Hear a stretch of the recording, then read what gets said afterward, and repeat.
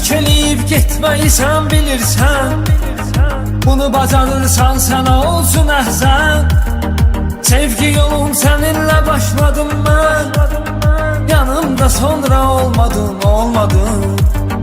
Ən bəlalı sevgi yolun getmişəm. Bu yolda çox aşiqlər ötmüşəm.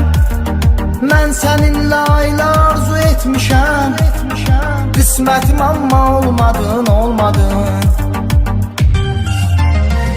Mən sənə dünyam demişəm sevgilim.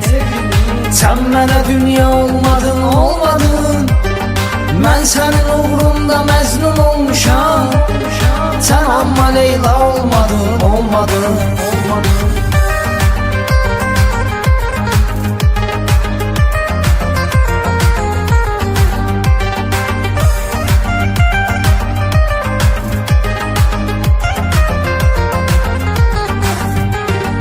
Sen gedəni saralmışam, solmuşam.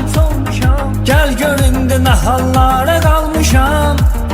Mən sənin eşqinlə şair olmuşam. Sən adi misra olmadın. Eşitsən ki unutmuşam inanma. Mən elə şeyi gətirmərəm gümanıma.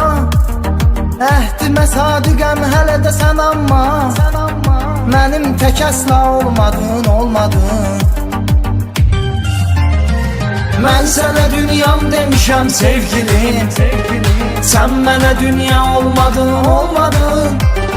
Mən sənin uğrunda məzlum olmuşam. Sən amma Leyla olmadın. Mən sənə dünyam demişəm sevgilim. Sən mənə dünya olmadın. Mən sənin uğrunda məzlum olmuşam. Sən amma Leyla olmadın.